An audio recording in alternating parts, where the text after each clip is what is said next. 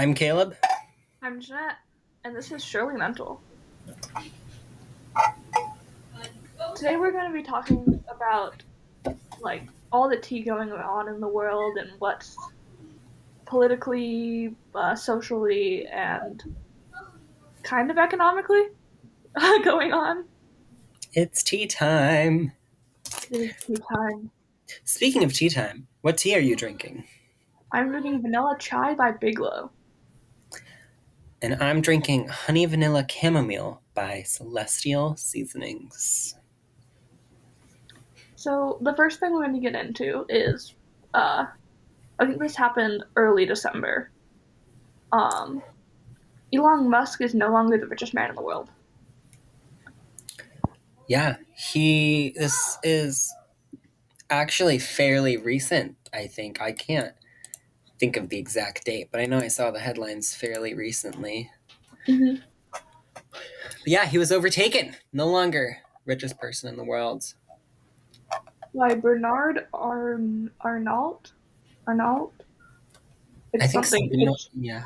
And family. Yes, and family. I think we're on the same website right now. Yeah. And so because you said we're going over the list. Yeah, and he was overtaken by a lot of money. That's like yes, significantly. $30,000 exactly. Well, I think it's important. Not 30,000. It's important to recognize that this is not physical money we're talking about. This is net worth, which is an entirely different situation. These people don't actually have this money. Yeah. So it's a weird system how we determine people's net worths. But just for future reference, this is not how much money they have. This is their net worth. Yeah, and it kind of makes sense because he was overtaken by 30 billion and he bought Twitter for 40 billion. No. That makes no sense whatsoever. He would actually have gained net worth by owning Twitter. Oh. Net worth is if you were to take every single thing a person owns, basically, and sell it, how much money would you have? So if you were to sell all of his companies and everything, how much money you have? He was overtaken because Tesla's stocks just kind of plummeted, whereas Bernard was kind of working his way up there. For those who don't know, Bernard Arnault is the CEO and maybe founder, I'm not really sure, but the CEO of LVMH, which is a luxury designer clothing brand company thing. So like he owns Louis Vuitton and all these other fancy things. I didn't know he owned Louis Vuitton. I'm pretty certain he owns Louis Vuitton. I just thought it was some some company that is just not popular in the United States. No, I think it's like the ownership, the company that owns sub-companies. Not us Googling it at the same time. No, it is Louis Vuitton. It's just headquartered in Paris. So he owns Louis Vuitton, Dior, Sephora, Tiffany & Co., Hennessy. I haven't heard of some of these. But yeah, so it's the company that owns all these sub-companies. Mm-hmm. And I found it interesting that, some of the people who, I remember being always, known as, some of the richest people in the world, top 3, are now. Bill Gates was up there for a while. Now he's number 6, though. And Jeff Bezos is number 4. Mm-hmm. I don't know any of the other people on this list. I will say one interesting thing is... Hey, what's up? Want to read the new book I made? Can I read it later? Actually, you know what? Put it under the Christmas tree and give it to me as a Christmas gift. Thank you. One interesting thing that I think is of honorable mention is that a woman doesn't appear on this list until number 14.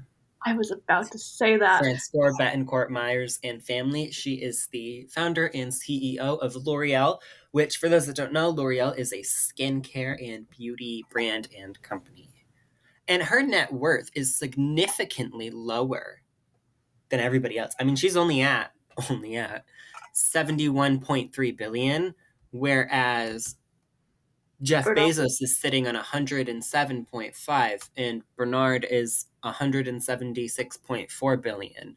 Like that's almost $100 billion difference. Mm-hmm. Which is and interesting. One thing that's interesting to note is that all of the top 3 recently have gone down in net worth. Yes. By a lot, like billions. Yeah, not really. I don't think losing 1 or 2 billion is a big deal to them. Well, I mean, like, it's a big deal in, like, terms of, like, money. Yes. Well, yeah, and I think a lot of it's based off of the stock market, which, again, is a whole weird thing people do for some reason that doesn't need to be done. Like, can't we go back to the days where it's like, you give me some eggs and I'll give you some bread? But no, now we have Wall Street and all those fun little things. And thanks to Hamilton, we have the National Bank, which means money. Yes. So Elon Musk bought Twitter for $44 billion. Billion with a B. That is a lot of money for one company. But it would probably be worth more than 44 billion. I don't know. 44 billion. Kind of ridiculous. How much is Twitter worth? It's going to say 44 billion because that's what he bought it for. Oh, actually, Twitter's worth 41 billion. Look at that. He overpaid. So, Elon, if you're out there and you're listening, what were you doing, man? 3 billion extra? Come on. Well, I guess it makes sense. It was like, because they weren't going to sell it for less than it's worth. And, so they... Okay. I don't know what's going on, but people are being loud. So he just had to trust that it's going to go up in net worth. And he's going to end up being worth more than 44 billion, and then he's going to make a profit. Yes. He did not gracefully ease into ownership transition. He made lots of changes now that he owns Twitter. Such as, you can now buy verification, which makes no sense to me. I don't have anything pulled up on this. I'm just speaking from memory. Maybe I made it up. But from my understanding, he did it because of free speech and equal speech. And he was like, just because this person is more well-known doesn't mean they have greater authority over people than this Joe Schmo off the street. And while I understand that, and I understand the concept behind that, I don't think this was the right way to go about doing it. I do have to say, though, the people reacted amazingly and funny because people would set up an account with the name Donald Trump. They'd buy the verification and then they'd be tweeting random things that, and be like, oh, look, Donald Trump did this, which is also cannot be good because then, you have misinformation spreading around because did this person really say it or was it just somebody pretending to be them? And do you know how much a verification mark goes for?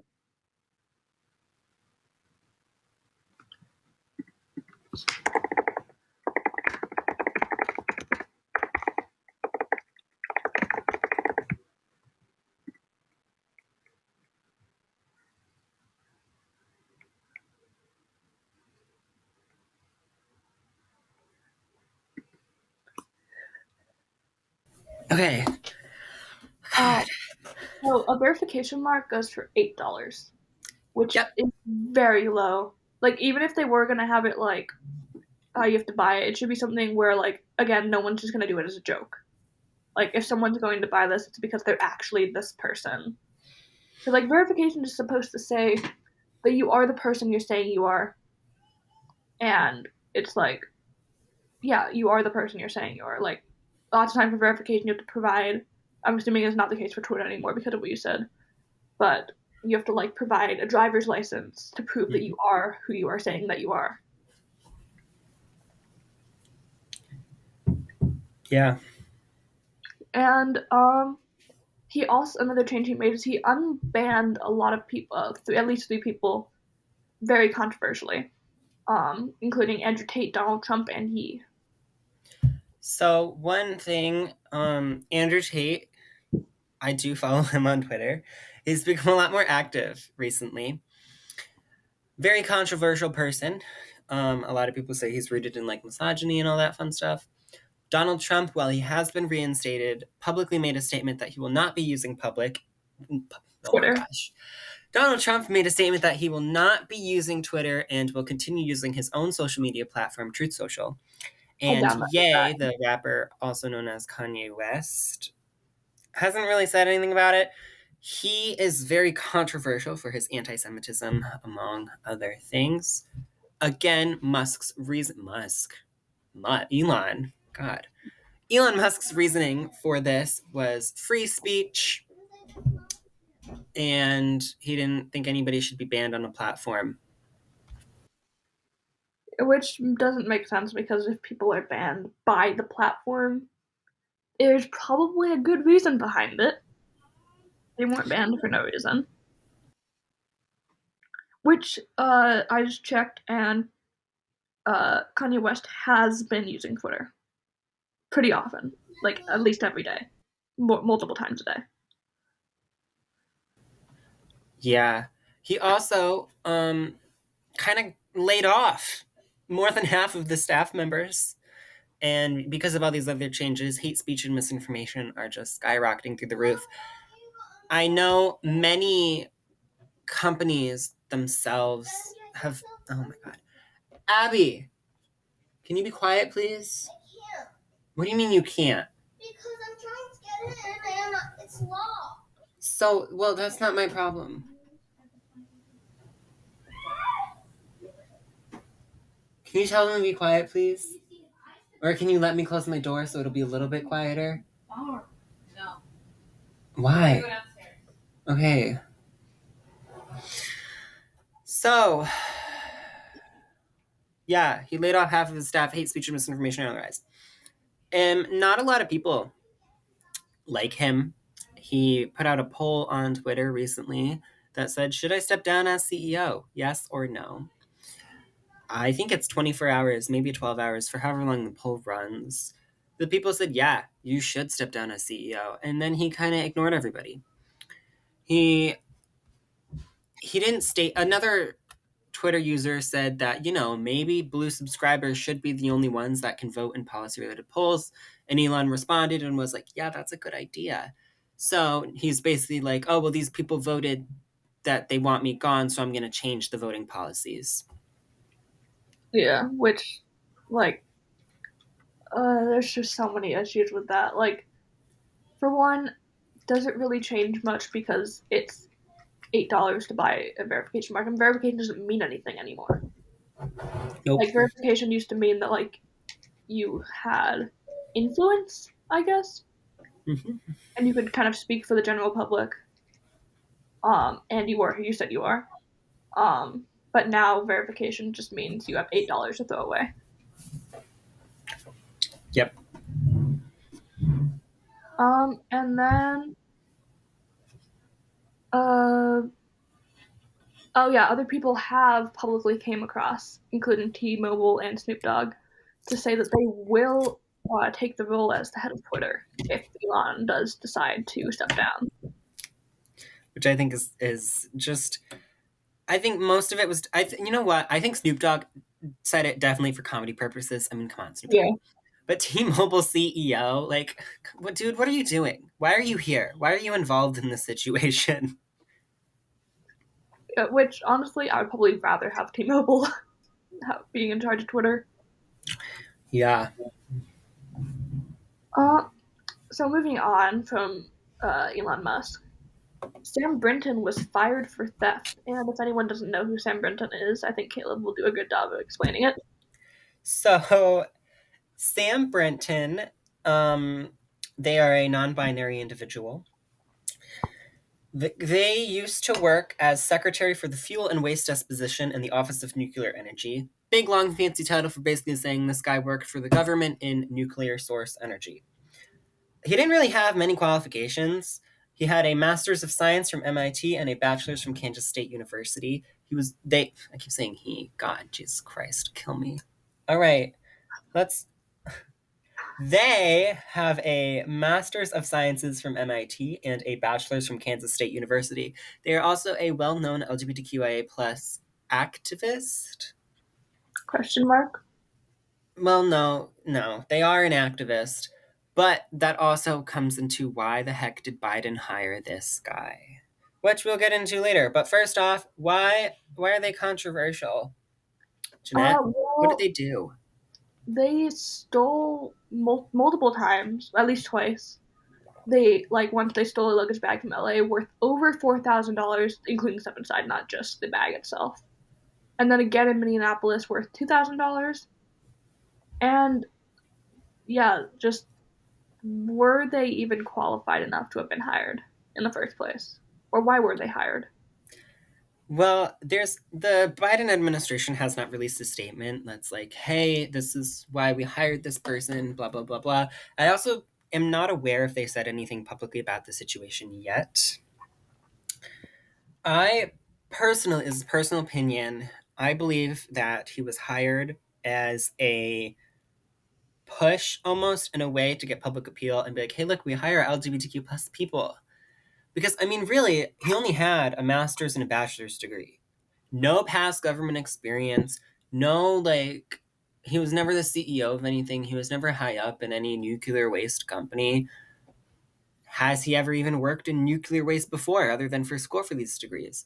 We don't know. But we do know that they are a well-known LGBTQ activist.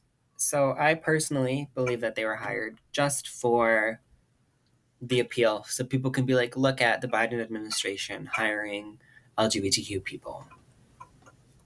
Yeah, which it's always terrible when people choose anyone of power just or choose anyone for any reason just to appeal the audience. Like I feel like it happens a lot. I feel like it most commonly happens in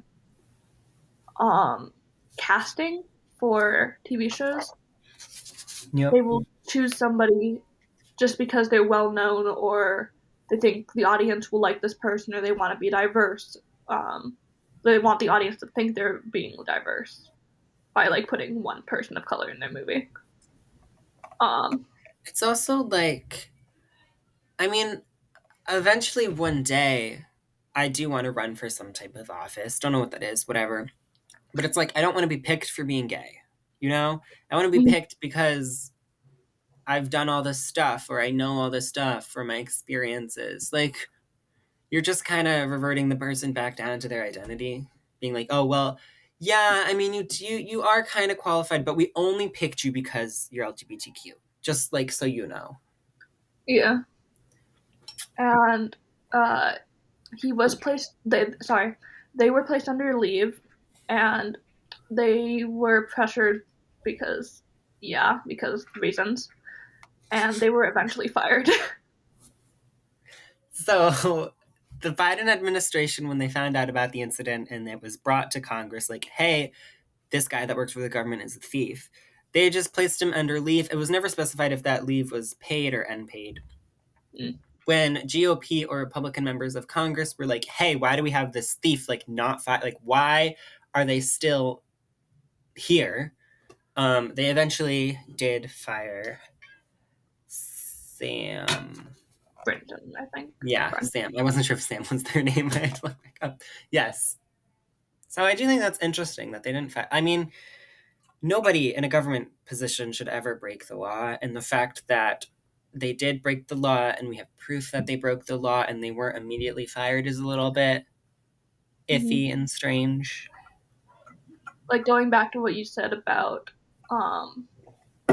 them being hired just to please the audience because they're LGBTQ plus. Like it's a hypothesis could be that they would just place under leave because the government thought, oh well, if we just fire them, then people might get mad and might say that we're homophobic, which that should never be a thing. Yep.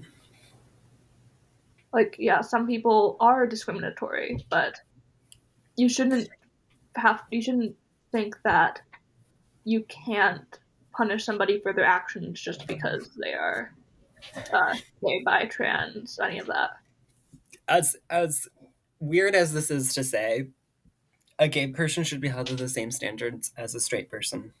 Yeah. Just because you're straight doesn't make you special. Just because you're gay, trans, bi, non-binary, whatever, doesn't make you special. Like, sorry. Mm-hmm. Like, if you want to take that and claim it and use it as your identity, great. But you're not above the law. Nope. And that kind of transitions, like talking about LGBTQ plus, transitions into the Don't Say Gay bill author, or is author the right term? Corresponder, maybe? I don't know. But the person who wrote the Don't Say Gay bill was indicted for fraud. And what is the Don't Say Gay bill? So it's only in Florida, for now at least. But it would ban the talk of sexual orientation and gender identity in K through third grade classrooms. And was it passed? I forget if it was passed or not. Yes, it was passed. Okay. And it could possibly require schools to out kids unless there's a risk of abuse, abandonment, or neglect. Which is a very gray area. I mean, how are you going to determine that they have an abusive home if, like, I don't know. There's not a lot of foundation to any of this.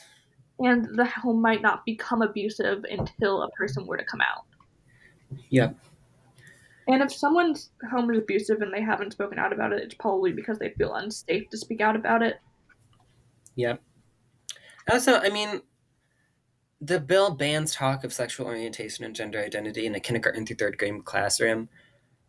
I can almost guarantee you that if a second grade teacher shows a picture of their spouse, but they're straight, they'll be fine. But if they're gay, someone's going to complain.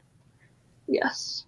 When because it's considered in a lot of places to be inappropriate for some reason, which I don't understand that in the slightest. No, you don't understand that. They're indoctrinating our kids, Ginette. Oh yeah, of course. It got to be banned.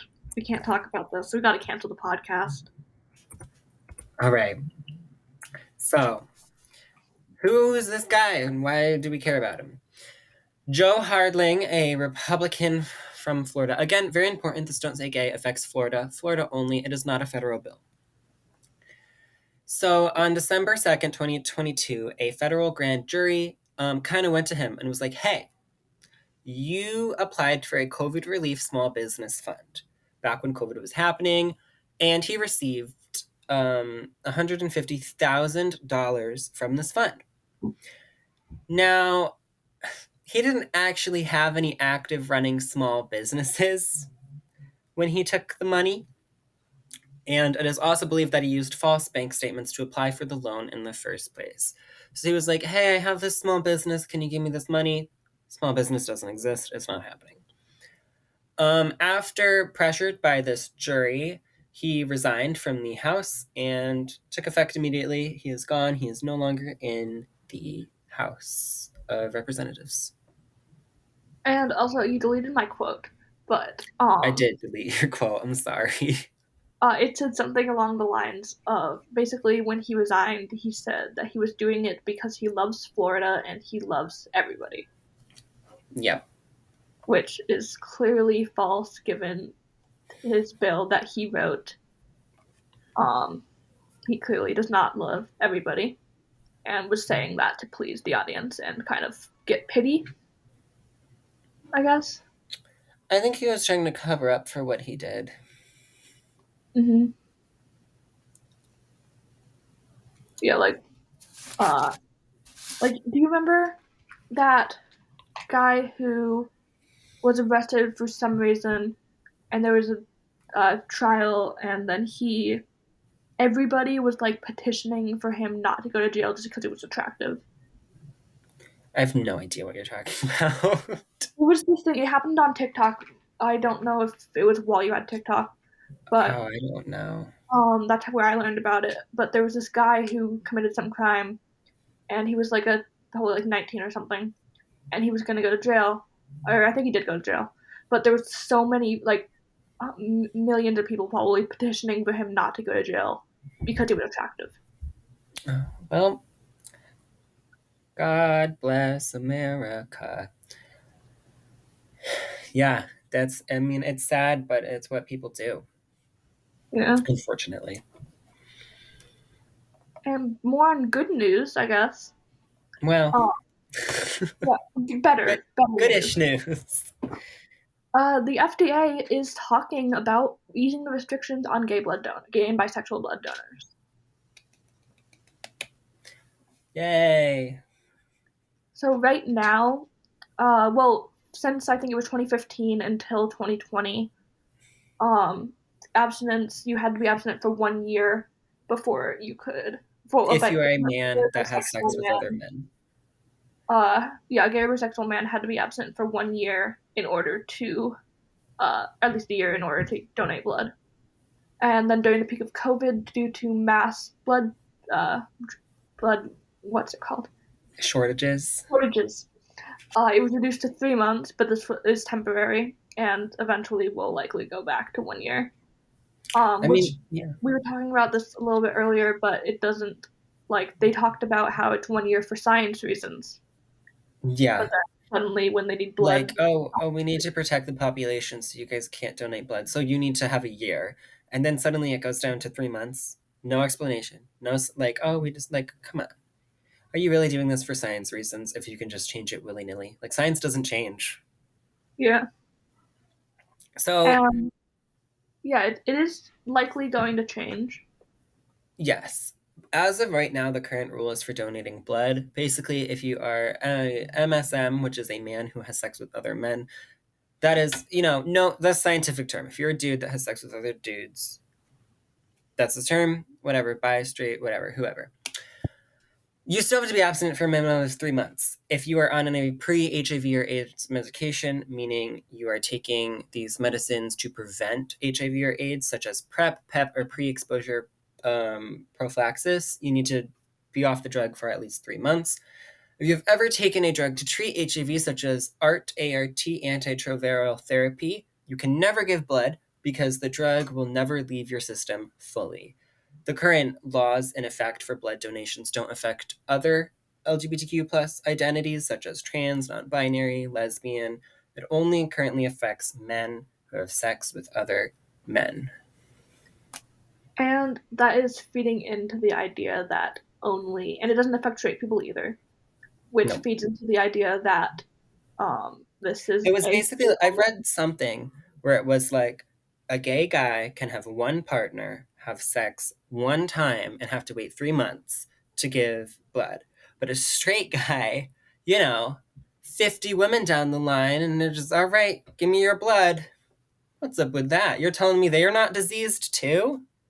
hmm like, and HIV is not the only sexually transmitted disease. No, it is not. And what I don't get is, I mean, they test your blood before giving it to somebody to see if it has any type of disease in it whatsoever, whether sexual, not sexual.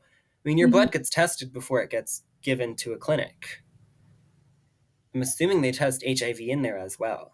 So what's with the blood ban? Why can't we just say, oh, maybe they don't have it?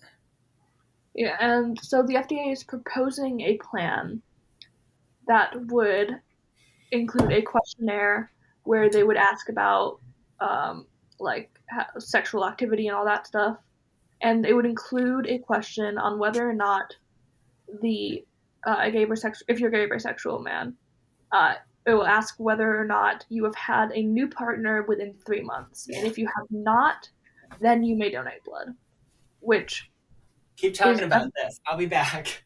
definitely a step up, because I guess it makes sense more scientifically because you're more likely to get sexually transmitted diseases with people you don't necessarily know, and you don't know if they've been tested for these diseases. You don't know their status. Um, but if it's someone who you've more likely talked to it about, more likely that you've at least maybe like asked them to get tested, or you know more about this, then you are highly less likely to get the sexually transmitted disease. Um, So yeah, I'm just gonna pause until Caleb gets back. All right, I'm back. Okay, I just talked a little bit about how if like it makes more sense scientifically because you're more likely to get a sexually transmitted disease from someone who you don't know their status as far as testing for these diseases Yes. than if And it's someone you know and you know has been tested and all that. yes, and testing is a huge deal in the gay community. Yes. So it's World Cup season. FIFA. I don't really know how it's FIFA. FIFA, threat against pro One Love armbands. Do you watch So, soccer, Caleb? what? You watch soccer? Do I watch soccer? No, I Okay, don't. me either. Technically, is it soccer though, or is it football? Depends on where you are. So, this year, the games were held in Qatar, which is a Muslim country and therefore have Muslim rule. Very different than the United States, where we have separated religion and state. Theirs is kind of the same exact thing. So, due to the games being televised throughout Qatar, they do not wish to promote a queer agenda to the country. Because, kind of like a dictatorship almost in a way, they're not going to televise things to their people that go against their law. So, a lot of the fans had to follow these rules that were going into the new country, right? New country, be respectful, follow the rules, whatever. They also banned beer, which was an interesting thing, and women had to cover up their shoulders, and men, I think it was just their torso that needed to be covered up. Weird rules. So a lot of people were upset that Qatar was hosting the Cups because they're like, why should I go to this country and follow your rules when my people are here? Whatever. So a bunch of teams got together and were like, hey, we should wear some pride armbands. And Qatar was like, no, don't do that. And then the soccer organization was like, no, don't do that. You're going to be benched, not great, whatever. So they didn't. And a lot of people were upset that this group of people were not allowed to wear the pride armbands. It's specifically One Love armband, which I'm not aware of what exactly that meant. What? One Love armbands? I think they're the pride armbands. I do know, though, that Team USA got some flack from a lot of people because they were part of this whole armband thing. And because they couldn't do the armbands, they put a bunch of rainbow flags in their locker room. Were they suspended or anything for that? I don't think so. I mean, I think we lost just because we're not good soccer players, but I don't think we were suspended or anything.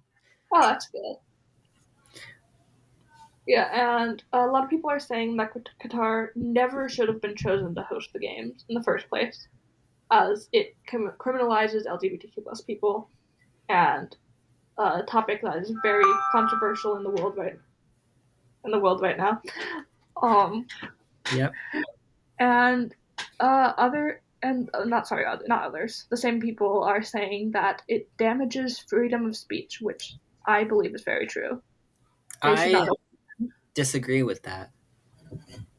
Why? Controversy. Why? Because I feel like you do the same as a tourist. I mean, you go to another country, you should respect those people's rules. This is actually really well transitioning into our next segment. But you go into another country, you should respect their rules. And I think you can watch the games from home. I think it's going to be impacting because a lot of LGBTQ plus people didn't go to the game, so the tourist industry is going to kind of plummet more than usual. But you should just be respectful of other people. I mean, that's their religion. That's what they believe. You wouldn't go to a Muslim household and be like, all right, women, you all have to take off your hijabs because I'm uncomfortable with it. So I just think it's a matter of respect. And if you really don't want to, don't go to the games. Just watch them at home. I feel like a lot of it, like the reason it's not that I don't disagree with what you said at all.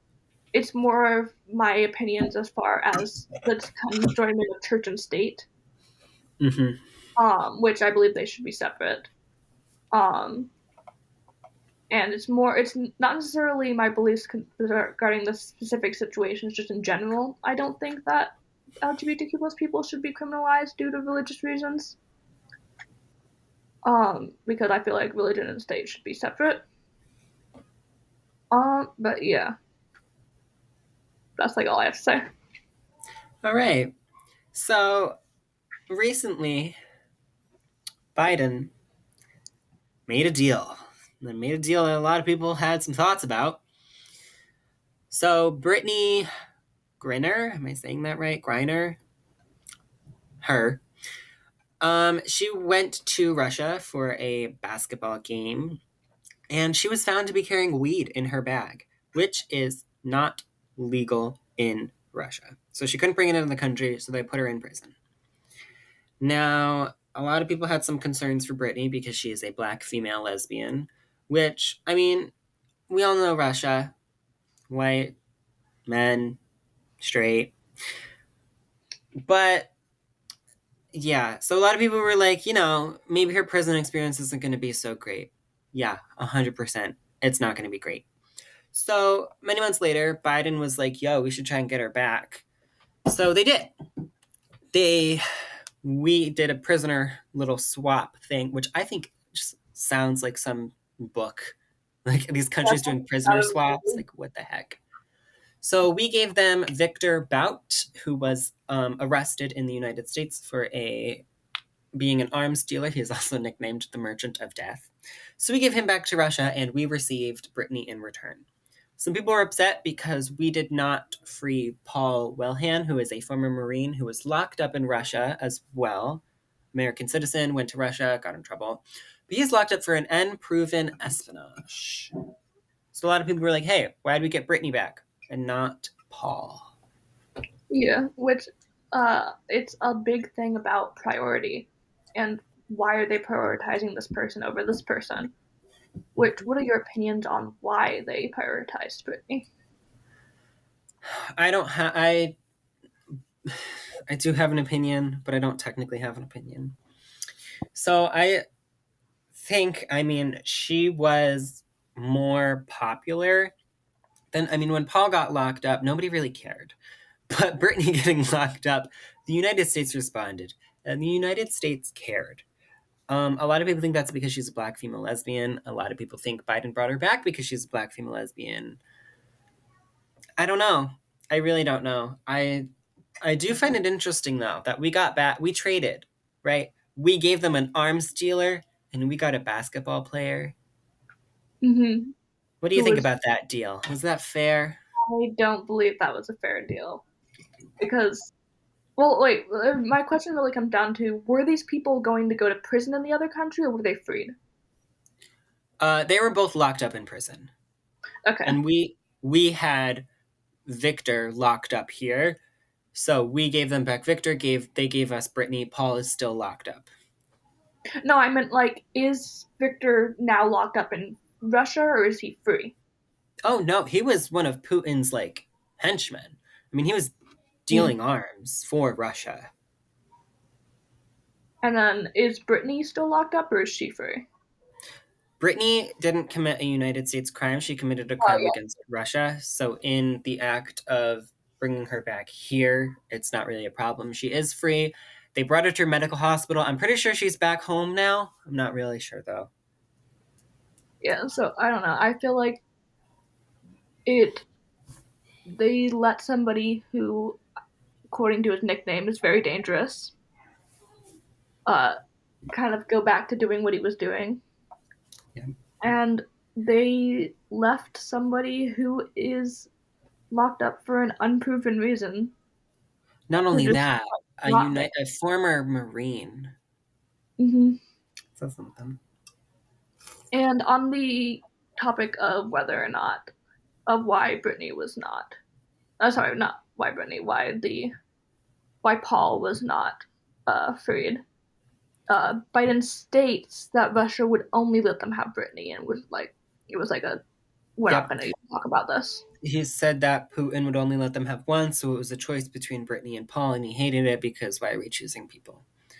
So, I don't know. A lot of people, again, crowd pleaser. I think we got Britney back because Britney was more popular. People like Britney more. Nobody really knows who Paul is. Mm-hmm. So it's an interesting world we live in right now. And moving on to the newly instated Respect for Marriage Act. Mm-hmm. Which what is the Respect for Marriage Act? So, after Roe v. Wade was overturned, there was a lot of discussion on what is going to be the state of gay and interracial marriage. Because there were some Republicans threatening to take action against them and kind of like Clarence overturn. also released the statement in the court documents for Roe v. Wade. He released that he's thinking and trying to get people to overturn, what is it? Arbogafel v. Hodges, which is the gay marriage case. And the bill would force states that remove the right, like if Obergefell versus Hodges is overturned and states make gay marriage illegal, they now will have to recognize that marriages that were legalized in other states. So like if Caleb and James James? Who is James? I don't know. If say Caleb and James got married in Connecticut, where gay marriage is legal, and then moved to Texas, where say gay marriage got overturned, Texas would still have to respect their marriage and like not.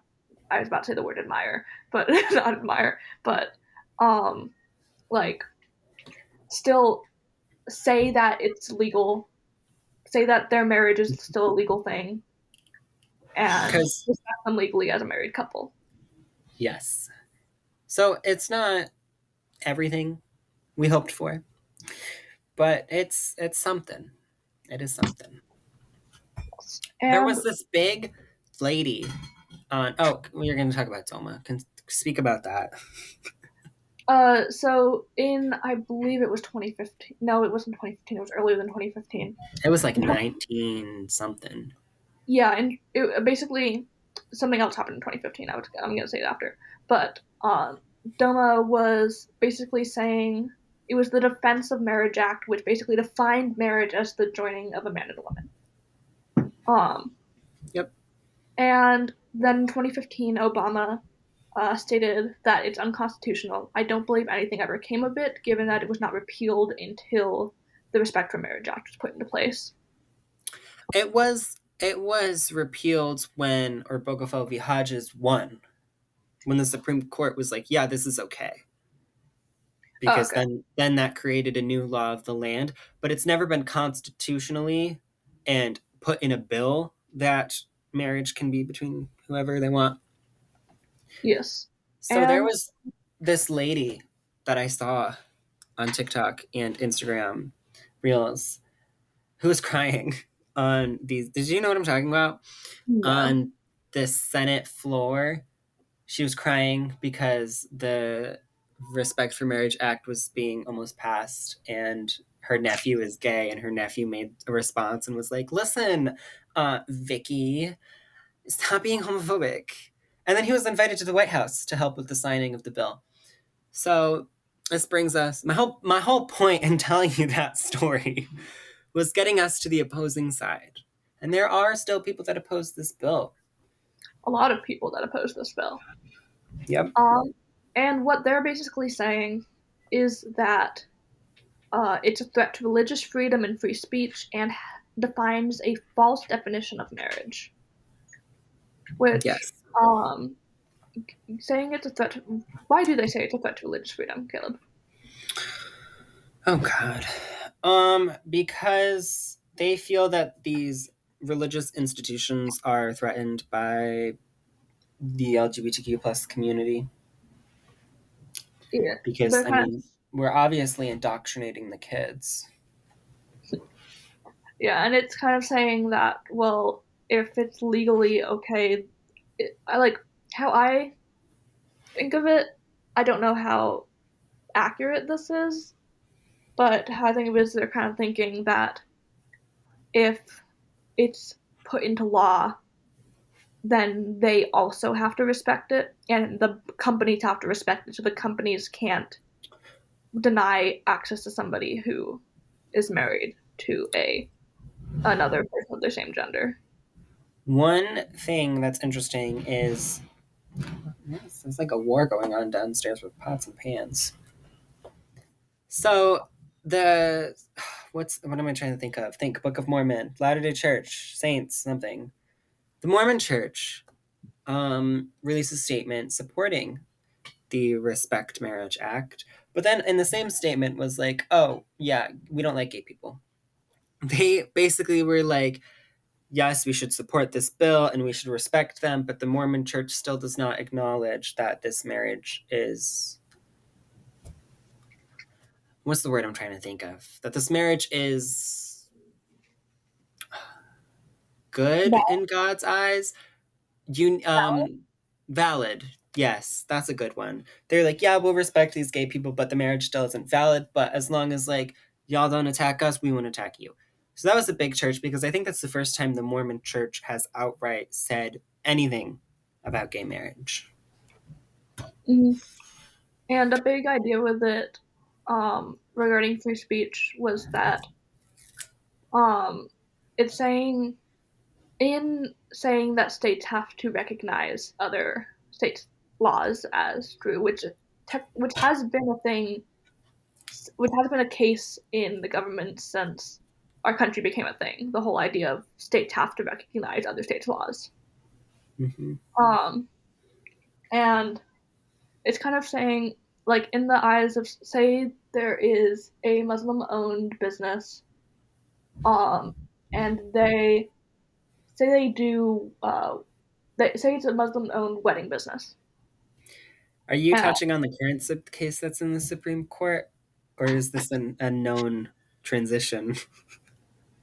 I was just talking. All right, keep talking. I'm going to say something after you're done talking. Okay, so say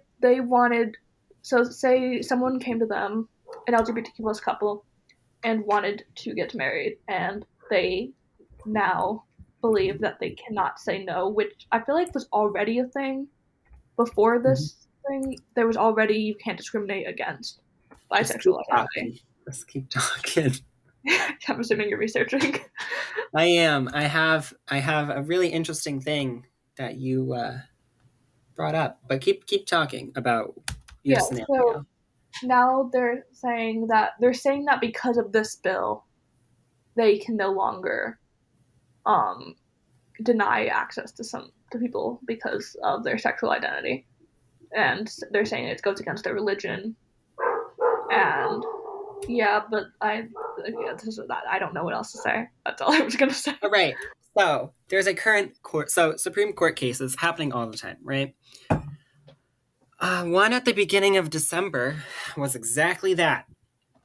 The Supreme Court's conservative majority is prepared, haven't done it yet, but prepared to rule that a graphic designer in Colorado has a free speech right under the First Amendment to refuse to create websites celebrating same-sex marriage because of her Christian faith, despite a state law that forbids discrimination based on sexual orientation. So what does that mean? It means there's this lady, what's her name? I'm not sure if it ever says her name, but there's this lady that this gay couple came to her and was like, hey, can you make a website for my wedding? And she was like, no. So somebody sued somebody and it went to the Colorado court, but the Colorado court says you can't discriminate against LGBTQ plus couples. So she brought it to the Supreme Court. So that wedding cake scenario, flip it to a graphic design website, is happening right now in the Supreme Court. Yes, and what are your opinions on all of this? Oh, my opinions. So going back to the Respect for Marriage Act, yeah, it can be helpful in the future, especially because the Supreme Court has a conservative majority and they overturned Roe v. Wade, and Clarence released a statement. So yeah, there is a small threat that it could happen. But that being said, I think that the Democrats in Congress did it as a people move, because they started first talking about doing it with the midterm elections. They were like, vote Democratic and we'll protect gay people. So they did, and it did pass. But technically speaking, the bill is useless. The only reason that it could go into play or have any effect is if Arbogafel v. Hodges does get overturned by the Supreme Court. And as far as now, Clarence is the only judge that has made any statement about wanting to overturn it. So in the end, I feel as if there's more important things that Congress can do. I mean, why spend our time making this bill to prepare for something that might happen, but also might not happen? What are your thoughts? Well, I feel like a lot of it is, I'm just going to quickly something before I go into my thoughts that just came to my mind. There was a lot of misinformation regarding this bill. A lot of people, Yes. including me when I first learned about it, believed that it was going to basically make it so that constitutionally gay marriage is legal and there's nothing the Supreme Court can do about it. That is not true. Exactly. But so many people were saying that on social media. And saying, well, people were doing that. People were doing that with the "Don't Say Gay" bill. They were like, "This is going to stop LGBT kids," blah blah blah blah blah. But it's like, I mean, really, what does it do? It doesn't change much, and it's only for K through 3. Mm-hmm. So, what are your thoughts on respect for marriage? I think it's pretty iffy in that, like, yes, it helps require that states respect the marriage laws of other states, but again, it doesn't mean that gay marriage is protected legally nationwide, which it should be protected legally nationwide. And I feel like the Supreme Court could be working on that instead of doing something which, as far as I'm concerned, from my history class, states already have to respect other states' laws. So basically what it's saying is, so the whole reason gay marriage became such a big issue was AIDS. I mean, really think about it. They'd be dying and their partner couldn't go see them because they weren't legally married, so they'd die alone. So that's where, it's not unions. What's the word for when you're like married, but you're not really married, but you have the rights as married people? What? Do you know what I'm trying to say? No. Married, but not really. Well, maybe because I think that's the situation my parents were in. Let me see. So anywho, the whole reason they wanted to get married was because they die alone. So basically what it's saying is like gay marriage and LGBT marriage will be recognized federally, but not statewide, if that makes any sense whatsoever. It does. Yeah, do you have anything else to say? Well, it looks like you're typing something. I'm trying to figure out what the name was for when you're married, but when you're not really married. Do you know what I'm saying? Well, like with my parents, they were not married, but I believe they still like got like the tax exemptions of like a married couple and all that stuff. Common law marriages. So you're not married, but you have the same rights as the married people. And I think that's what it's going to entail. It's going to be like, yeah, you guys can have rights and all, but you can't get married. So I think really that's the biggest thing that could happen when it comes down to this. Yeah, I really hope we don't go that far backwards. That you can't. You never know. You never know. Yeah, I said I hope. I'm not saying it's not going to happen. I just really. I will say what is interesting is I think it's 3 of the 9, maybe it's even 4 of the 9 Supreme Court judges and justices. 3 of them were appointed by a president who was impeached twice. Mm-hmm. Just, it's an interesting statement. Do with it what you will. Yeah, and like in my opinion, those people should be reconsidered. Like, I don't want to say like just fire them all immediately. Like they should. You can't. I mean, you could. Oh yeah, it's for life. Good luck with that one. Yeah. Which I think is real stupid, because I mean, Ruth Gator RBG, right? She was on it till she died. I can't imagine the week leading up to her death she was deciding Supreme Court cases. She was probably just a non-vote or an absent vote. Like, why don't we get somebody in that could do stuff? Yeah, I feel like the entire point of our country was that these types of roles are not for life. Well, the Supreme Court got way more political than I think was ever intended. The Supreme Court's job was that if Congress passes a law that's unconstitutional, the Supreme Court would uphold the Constitution. Now I feel it's all like, oh, well, we have so many Democrats, so many Republicans, whatever. That wasn't the original purpose of the Supreme Court. It was never intended to be this political swaying entity. Yeah. Thank you. It's all confusing and yeah. Welcome to politics. So got anything else to say? What? Thank you all for listening. Yeah, thank you for joining us on Tea Time number 1. Let's hope nothing too crazy happens in the month of January, and let's start out this year right. Yes, let's hope our next Tea Time episode is very short. Well, maybe not short, but maybe it's full of good news instead. Yeah, good news. There's good tea. Good tea, and good tea. Get it? Drinking good tea, talking about good tea. Ha ha ha. All right.